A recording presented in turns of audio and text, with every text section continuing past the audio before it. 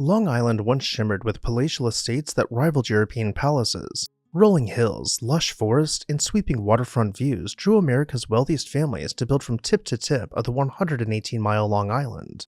Between the late 1800s and early 1900s, the region saw a surge of construction spurred by booming industries, favorable rail routes from New York City, and an eagerness among magnates to showcase their fortunes.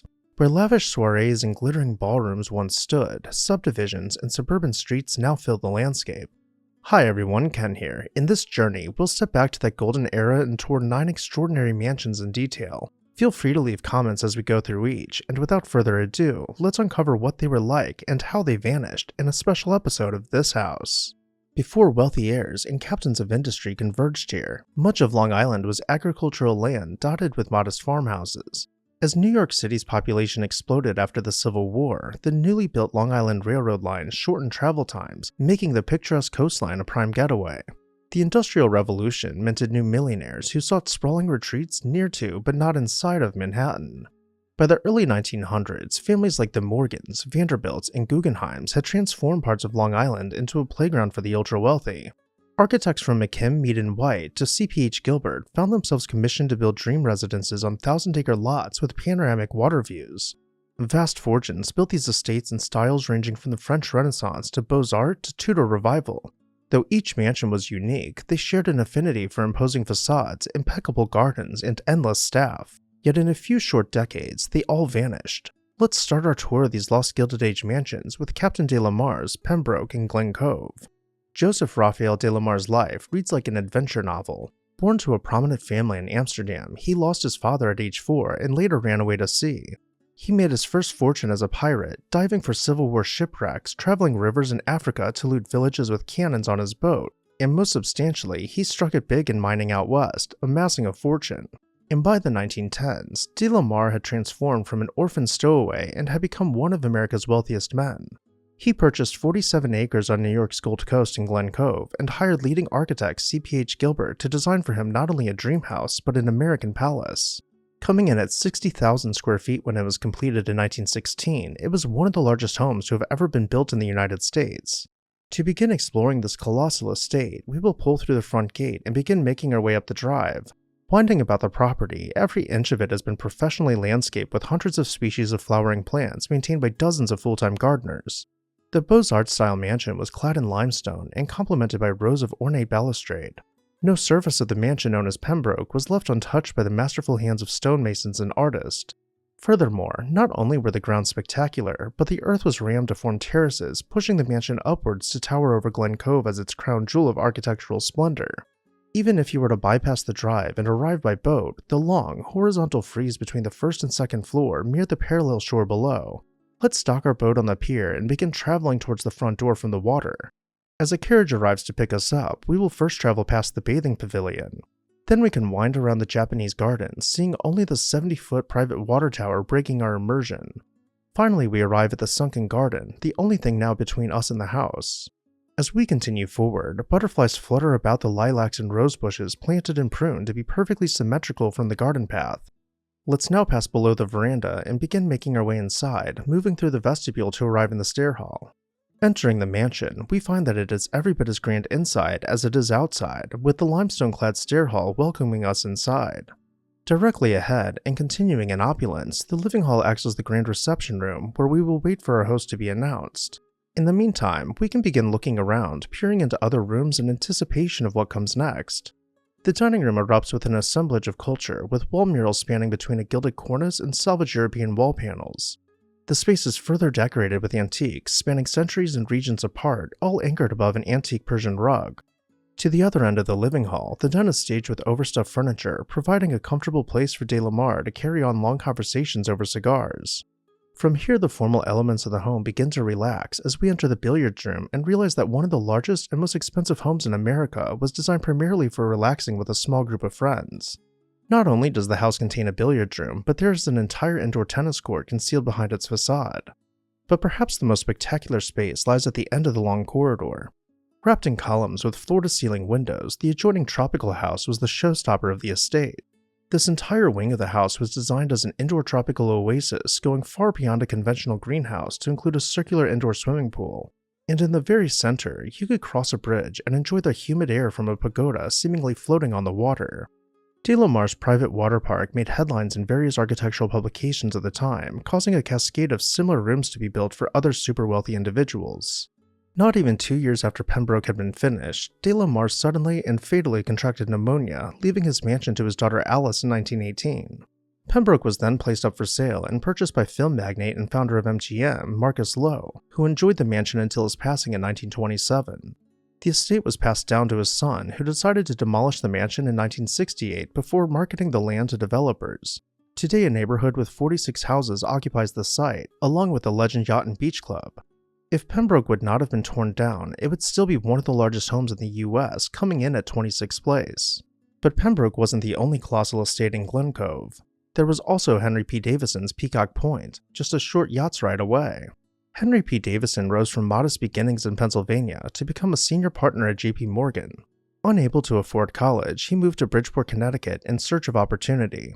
There he had a chance encounter with the incredibly eccentric circus magnate P.T. Barnum. The two instantly became friends, and Barnum introduced Davison to some of finance's most influential figures. This landed him various jobs as bank president and eventually as J.P. Morgan's senior advisor.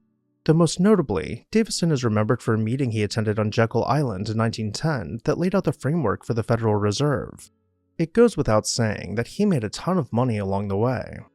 Around the time he was looking to build his dream home, the Charles Gates mansion in Glen Cove had just burned down and the family was selling the prime lot overlooking Long Island Sound. In 1914, Henry purchased it and hired renowned architects Walker and Gillette to design a neo-Georgian mansion with a commanding presence.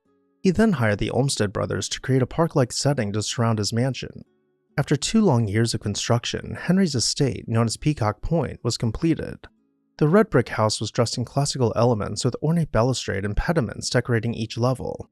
Expansive porches allowed his family to enjoy fresh air along the water. Critics wrote about the mansion, it is ardent, earnest, and spirited. As we continue around Peacock Point, we will search for the main entrance. We find the front door flanked by limestone columns with intricate, delicate relief work forming vines to surround the arched opening. Swinging open the front door, we arrive in the entrance hall, finished out with a dotted marble floor and wood-paneled walls and set with murals at the stair landing. Venturing into the dining room, we find the Georgian style has been refined to suit American taste, blending traditional design with refined but more modern finishes for the time. The rounded breakfast room continues this playful twist on the style, with a large, multicolored glass dome soaring overhead.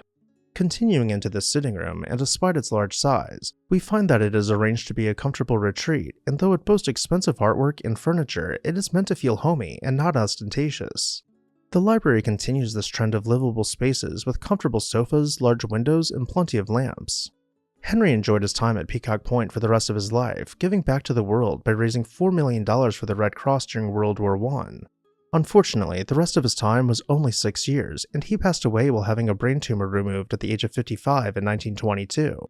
His wife Kate continued living at Peacock Point until her passing in 1961, and unlike many of the families whose wealth was born from the Gilded Age and squandered by the children, the family continues to own the property 5 generations later, despite the house being demolished shortly after Kate's passing.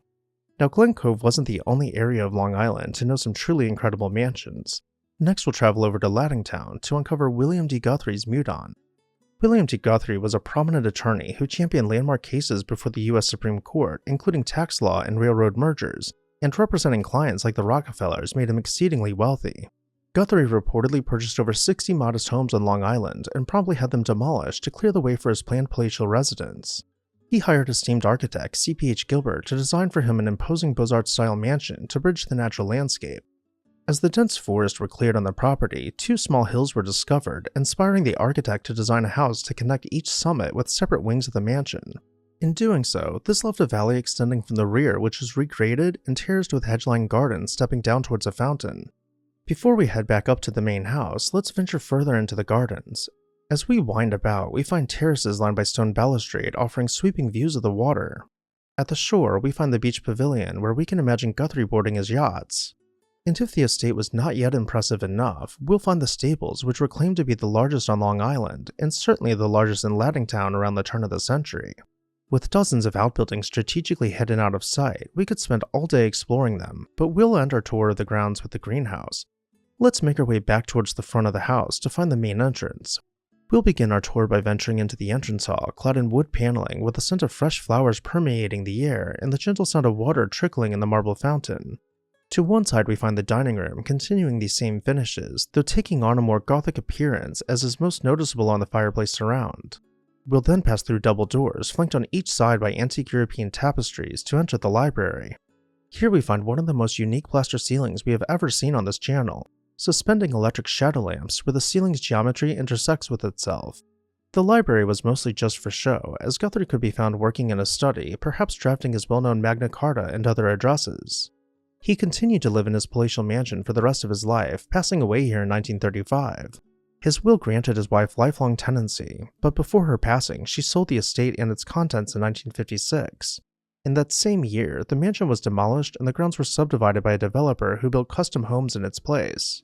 While some of the outbuildings have survived the decades, only bits and pieces of the lost mansion's gardens and balustrade hint that there was ever a grand residence straddling the site's twin peaks. For as palatial as some of these homes have been, one was actually owned by royalty. We're going back to Mutton Town now to explore King Zog's Knollwood. Charles Hudson, a Wall Street titan, originally built the 60-room mansion around 1912, but Knollwood's most notorious resident was neither a captain of industry nor an American. His name was Ahmed Segoli, better known to the world as King Zog of Albania. Born in 1895, he rose to prominence at a whirlwind pace. Albania at the time was forging its identity in the aftermath of the Ottoman Empire's collapse in the First World War. Zog, driven by fierce ambition, became the country's youngest prime minister at 27, then president by the age of 30. Within a few years, he dismantled the democracy and overthrew the government, crowning himself king and taking the royal name Zog I. When he was exiled, he plundered the treasury and stole an untold amount of gold and jewels to cart with him around the world. He purchased Knollwood to serve as a sanctuary and sent his men ahead of him to ready the estate for his arrival. Knollwood featured terraced gardens, a grand double staircase, and enough acreage for prize cattle, typical markers of Gilded Age wealth. By 1951, King Zog had purchased it sight unseen, envisioning a royal enclave of exiled Albanians. Rumors spread about hidden gems in the mansion's walls and safes full of gold coins. Local treasure hunters caused catastrophic damage, smashing into plaster, prying away woodwork, and leaving the estate in shambles, and if anyone ever found the treasure, no one has said a word to this day. What we do know, though, is that King Zog never settled there. Bureaucratic hurdles and ill health kept him abroad. Eventually, safety concerns led to Knollwood's demolition in the mid-1950s, and all that's left are eerie remnants and swirling legends of secret riches. Over in Roslyn, there was an equally legendary estate which was thought to have inspired the Great Gatsby. Clarence Mackay was the son of silver magnate John Mackay, who made his fortune during the Compstack-Lode silver rush in Nevada. Upon his father's death, Clarence inherited not just a vast fortune, but a legacy of ambition and influence. Determined to cement his family's place among America's elite, Clarence envisioned a home that would rival the palaces of Europe, a place where his family's wealth and status would be immortalized in stone and marble. For this grand vision, Mackay turned to Stanford White, the most celebrated architect of the day, whose designs for the firm McKim, Mead & White had already shaped much of the Gilded Age's architectural landscape. White, known for his ability to blend classical European influences with American innovation, took on the challenge with his signature flair. His designs for Harbor Hill were nothing short of spectacular, creating what would become one of the largest and most luxurious private homes in America. Construction began in 1899, and over the next few years, the sprawling estate took shape. When completed in 1902, Harbor Hill stood as a 60-room mansion perched on one of the highest points on Long Island, offering sweeping views of the surrounding landscape and the distant waters of Hempstead Harbor. The mansion's architectural grandeur was immediately apparent. Its smooth stone facade, adorned with towering columns and intricate carvings, gave it the air of a European chateau transported to the American countryside. The scale of Harbor Hill was nothing short of immense. The estate sprawled across 688 acres of manicured gardens, woodlands, and parklands. The entrance to the estate was a grand spectacle in itself. Visitors were greeted by a sweeping driveway that wound its way through rolling hills and formal gardens, leading to the mansion's imposing main entrance. Inside, Harbor Hill was a marvel of artistry and craftsmanship, with a sweeping staircase that set the stage for lavish balls and gatherings that the Mackays would host. The drawing rooms were furnished with the finest European antiques, tapestries, and paintings, while the dining room, with its immense fireplace and intricately carved wood paneling, could seat dozens of guests for elaborate dinners.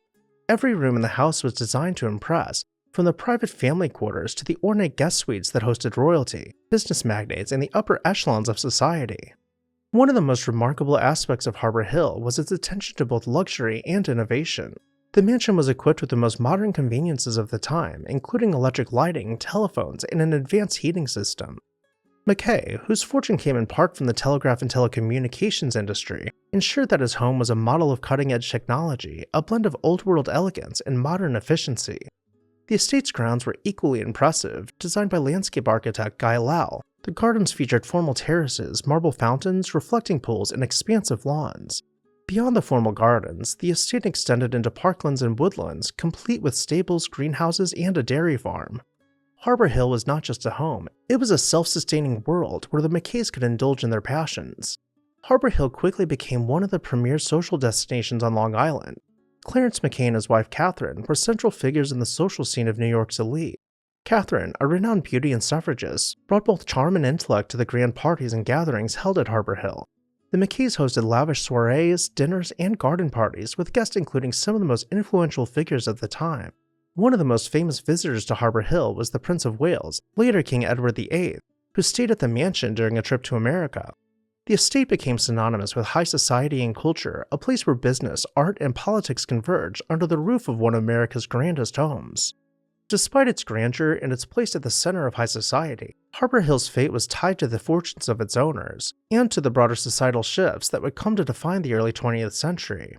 Clarence Mackay's business empire, built on telecommunications and the transatlantic telegraph, faced increasing competition and financial difficulties in the years following World War I. The post-war period saw a decline in the fortunes of many of the Gilded Age's wealthiest families, as the extravagant lifestyles of the past became harder to sustain in a rapidly changing world. The Great Depression of the 1930s dealt a final blow to the Mackays' financial stability. Clarence Mackay, formerly one of the richest men in America, found himself struggling to maintain the vast estate. The cost of keeping up Harbor Hill, with over 100 staff, sprawling grounds, and constant need for repairs, became overwhelming. By the time of Clarence's death in 1938, Harbor Hill was already in decline. The estate passed to Mackay's children, but none of them were able or willing to take on the immense responsibility of maintaining such a grand estate. As the realities of the 20th century set in, Harbor Hill, like so many other Gold Coast mansions, became a relic of a bygone era. By the 1940s, it was clear that the house would not be saved, and in 1947, the estate was sold to developers who demolished it within a few short years, reducing its marble columns and gilded rooms to rubble. The land that once housed one of the greatest estates in American history was subdivided into suburban lots, with modern homes and developments taking the place of its grand gardens and formal lawns. Harbor Hill, once a shining symbol of wealth and power, disappeared from the landscape, leaving behind only memories and photographs. Moving along, our next house might look just as formal as any other, however, its owner was known for some pretty outlandish stunts. Let's head over to Locust Valley to explore C.K.G. Billings Farnsworth. C.K.G. Billings, an industrialist and patron of horse racing, found early success leading gas and electric companies in Chicago. Later he moved to Manhattan and built a reputation for throwing some of the era's most unique social events, including a formal dinner in a ballroom where each of his guests was seated on horseback. Designed by the esteemed architect Guy Lau in the Georgian Revival style, Farnsworth was not just a weekend retreat, but a statement of luxury, elegance, and Billings' deep-rooted appreciation for art and architecture. The estate, surrounded by meticulously landscaped grounds by Andrew Sargent, echoed the grandeur of an Italian villa with a central patio that serves as the heart of the magnificent country house. Starting from the road, we will make our way through the gates to begin our journey towards the mansion. We will pass by rolling hills and picture-perfect pastoral scenes, gaining a sense of the context for which the house was designed to echo. To run such a massive estate, the superintendent was generously housed in his own cottage. Moving down the hierarchy, other servants shared quarters far removed from any sights guests might see while visiting. The estate came complete with ample garage space and luxurious stables to house C.K.G's prized horses. Finally, at the end of the long and winding drive, we see the house standing proudly beyond its brick court. Each side of the house was finished out to have its own character, with large pools and formal gardens. As we pull around to the rear facade, we notice a rounded room, teasing us of what surprises might await us inside. Let's return to the front of the mansion and begin exploring. Entering Farnsworth, we pass through the entrance hall, where colossal Kensington columns frame our view into the courtyard, or patio as it was called. The public rooms are all organized off this majestic space, centered on a fountain, carrying the sound of trickling water throughout the house. Turning back around, we can see those columns we first noted when we entered the mansion. Let's first continue through the archways as sunlight silhouettes the cherub in front of us. This brings us to the loggia, perhaps even more grand than the patio we just passed through. Doubling as the music room, the ceiling is domed and decorated with intricate frescoes depicting Pompeian motifs. We still have much more to see, so we won't linger in awe of the loggia for too long. Instead, we will continue our tour through another archway connecting us to the drawing room. Styled to match the house with Georgian design elements, the drawing room was meant to be a less formal living area.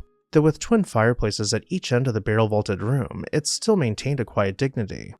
The next series of spaces leads us towards the trophy room, where C.K.G proudly displayed his accomplishments in both horse racing and breeding. The estate stood in unassuming grandeur, bursting at the seams with quiet luxury from 1914 until it was introduced to the wrecking ball in 1966. While Billings was well liked by many, the owner of our next mansion was despised, if not feared by those he called friend. This is the story of H. Rogers Jr.'s Black Point in Southampton. In 1909, Henry Huttleston Rogers Jr. inherited one of the largest fortunes in American history.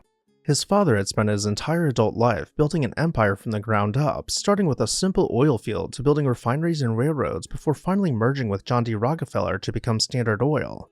Henry Sr. had led an incredibly fascinating life, remaining modest and humble even as one of the 100 wealthiest men in the world. He built libraries, churches, schools, and donated money to influential figures such as Mark Twain and Booker T. Washington. Helen Keller's education was even paid in full by him. And even though Henry Sr. lived in an outrageous mansion, he preferred to donate his money to the greater good of society and bless people by making sure they were financially taken care of. That was until 1909 when he suffered a fatal stroke.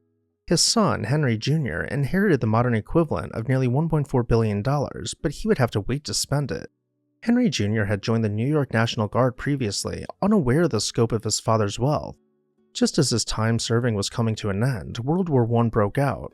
As he was told he would be stationed, he realized that he might never get a chance to spend his inheritance, but if he could somehow survive, he would enjoy a life of luxury when he returned home. While deployed, he hired the esteemed architecture firm of Walker and Gillette to design for him a palatial mansion in Southampton to be ready for him upon his return. As the years went by, the mansion was fine-tuned by artists, and the Olmsted brothers were granted carte blanche to design the landscape how they saw fit. Finally, as World War I drew to an end, Henry Jr. returned victorious from the front lines in France, and for the first time, he would see his mansion. The estate, now known as Black Point, had won several awards for its design, both from the AIA and the Architectural League. It was created as an Americanized Italian villa with creamy stucco walls below a muted terracotta tile roof. Fronting the water, sandy dunes gracefully blended with a carefully planned garden, transitioning from rustic and natural to a refined and perfectly manicured landscape. Axial vistas were planned about the pools, with every tree and shrub being perfectly placed to capture the views. Even his children, including Millicent Rogers, would enjoy the scaled-down parterre gardens surrounding their playhouse. As we return to the motor court, we will make our way around the reflecting pool to find the main entrance. Passing through the colossal, solid wood doors, we arrive in the entrance hall, carrying the exterior's finishes inside. From terracotta floors to creamy plaster walls and wrought iron handrails overgrown with potted plants, when the doors are opened, the lines are blurred between indoor and outdoor living. We will first venture into the reception room, where archways are framed by antique European tapestries. Then we can make our way into the drawing room, flooded with natural light softly illuminating the coffered, old-growth mahogany ceiling. French doors could be opened on either side of the drawing room to allow the fresh sea breeze to pass straight through the house. This brings us to the loggia, doubling as a breakfast room, once again with terracotta tiles clinking beneath our feet. The barrel-vaulted ceiling and the walls below were decorated with intricate murals in vibrant colors. Though for formal meals in the dining room, guests would dine below the leaded stained glass skylight. Traveling through the house, doors could be found opening onto large terraces. In making our way through the corridors, staircases slowly cascaded behind barrel-vaulted ceilings. Each detail was meant not to be overbearing, but to contribute to the whole. Henry's den welcomes us in with a gentle fire warming the terracotta floor. Over time, he worked on model ships which he proudly displayed suspended from the ceiling. As time went on, Henry's reputation began to slip. He became known as cold and ruthless, and unlike his father, he spent exorbitant amounts of cash just to show off. He purchased an additional 2,000 acres on Long Island, which he named the Port of Missing Men, a glorified hunting lodge on the water where he could race his many yachts. By the time he passed away in 1935, he had all but squandered the family fortune, leaving the modern-day equivalent of only tens of millions to his daughter Millicent. Shortly after his passing, the award-winning Black Point was torn down and slowly redeveloped as a neighborhood. For our next house, we'll travel to the North Hills and see what happens when religion meets architecture. This is the 72,000 square foot Inisfada, which was the 16th largest house ever built in the United States. Nicholas Brady, born into immense wealth, was the son of wealthy industrialist Anthony N. Brady. Nicholas, who had converted to Catholicism in order to marry Genevieve, dedicated himself to philanthropic endeavors and deeply supported the Catholic Church. His commitment earned him recognition from the Vatican, including a rare honorific title of Papal Duke. Genevieve became a papal duchess in her own right, renowned for her extensive charitable work and notable positions in organizations such as the Girl Scouts and the Welfare Council of New York. Those details will be important as we explore Inisfada. The mansion seemed to meander on, with exquisite masonry work leading the eye up to dozens of chimneys appearing to pierce the clouds. Each and every face of the home was given the utmost attention to craftsmanship and precision. From stained glass windows framed by limestone to crenellated towers, the mansion was said to rival England's largest manor houses. All about the main house, formal gardens were planned to slowly graduate into lush forest. From the short side of the mansion, we can look up from the reflecting pool to see towers fading off in the distance, and as we continue further away, we step down into terraced gardens. The greenhouse would ensure that a never-ending cycle of fresh flowers could be brought into the house. The garage was essentially its own mansion to house the Brady's collection of automobiles, and the pool house is where memories were made. But we didn't come here for the grounds necessarily, we came to explore the mansion. Pulling up the long drive, we skirt by the left wing of the mansion, rounding the lawns towards the porte cochere. Once here, we can make our way towards the front door, which is surrounded by incredibly intricate limestone relief work. Heading inside, we enter the vestibule, where we are met with polished stone walls reflecting the flickering flame of the inglenook. Straight ahead and beyond a gallery, we find the grand staircase with deep steps almost making it appear stretched out. As our gaze continues upwards, we see vibrant antique European tapestries hanging on the walls. Now had we turned just after the vestibule, this is the view of the gallery we would have had, with rich oak paneling and a dizzying plaster ceiling barreling overhead. The first public room we'll explore is the Great Hall, rising nearly 4 stories to its peak. Once again, we find European tapestries hung on the walls and elaborate trusses supporting the ceiling. The scale of this room is simply so large that as we take several steps forward, nothing seems to change. Let's move another 20 or so feet in to get a better look at the fireplace, admiring the delicate detailing along the mantel. To truly appreciate how large the fireplace is, here we see Mrs. Brady entertaining the future Pope in the Great Hall. Without the furniture, we lose reverence for the scale. However, in this photo we can see the series of leaded bay windows beyond stone arches which allow this cavernous room to be filled with natural light. From here we'll make our way over to the billiards room, where I want to call special attention to the inglenook, where it's almost like you sit below the upper mantel to enjoy the warmth of the fire. From the gallery, we will make our way through the double doors to find the dining room. Clad in wood paneling, which is broken up by pilasters, our eyes once again drift upwards to find elaborate plasterwork framing an intricate ceiling mural. And as you can imagine, the Bradys had nearly 100 full-time staff members to take care of everything, including cooking their every meal. In breaking with the dark woods we've been seeing throughout, the drawing room or salon is painted in a creamy off-white. But as we find the library, we return to this rich dark woodwork and heavily striated polished stone. Not every room was quite as grand. The living room was set on a more comfortable scale for daily use, though it still boasted the same level of craftsmanship with wood-paneled walls and built-ins. Even the lesser salon was scaled down for comfort, though it would have been considered beyond grand in just about any other home from this time period. As mentioned earlier, Mrs. Brady was deeply religious, and to her this meant having a private chapel inside of the house. This is perhaps one of the more heavily embellished rooms where she was known to spend a lot of time. Carvings and paintings depicted everything from saints to the Stations of the Cross, and from Gothic tracery to wooden vines appearing to free themselves from the walls. Let's return now to the grand staircase and continue exploring from the second floor. As we reach the landing, we get a really good view of the artisan touches along the newel post and balustrade. Let's continue up. The first bedroom we'll see is Mrs. Brady, styled with a mix of new and centuries-old furnishings to lend to the aesthetic. Her suite came complete with a private bathroom and a dressing room. There are simply too many bedrooms in this mansion to run through, so we'll see some of the more interesting rooms such as the small Gothic bedroom and the Chinese bedroom, understanding that each guest suite was themed around various cultures and time periods. The mansion continues on, with dozens of rooms that might have never even been photographed. Following Nicholas Brady's unexpected passing, Genevieve donated the estate to the Jesuits in 1937.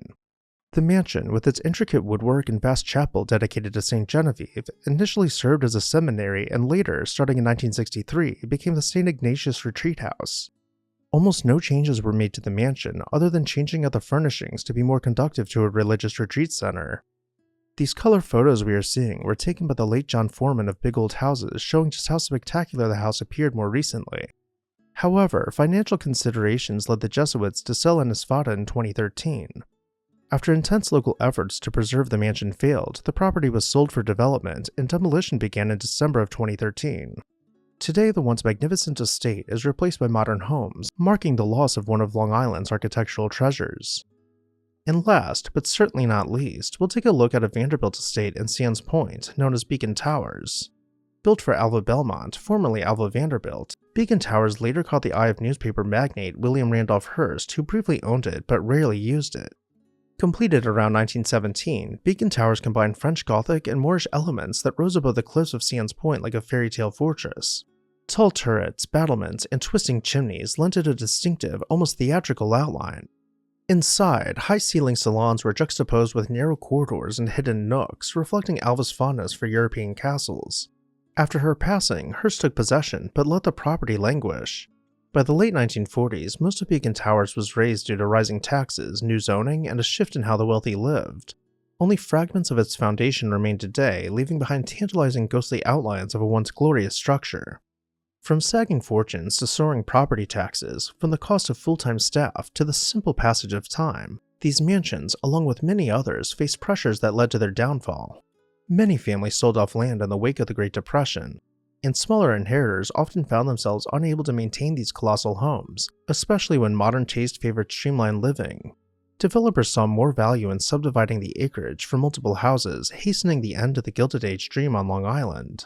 Though only traces remain, these lost mansions once defined an era of American opulence. They echo with stories of ambition, innovation, and the heights of success, along with cautionary tales of fortunes overturned. Look closely enough as you pass through Long Island's communities, and you might spot an old gatehouse or a row of century-old trees that still guard these vanished domains. In reflecting on them, we are reminded of how swiftly even the most resplendent dreams can pass into memory, yet their legacy endures in photographs, diaries, and the occasional snippet of carved stone, tiny clues to a time when Long Island reigned as a pinnacle of American grandeur. If you enjoyed this video, please consider leaving a like and a comment. It is a great way to help the channel grow and show your support for our research.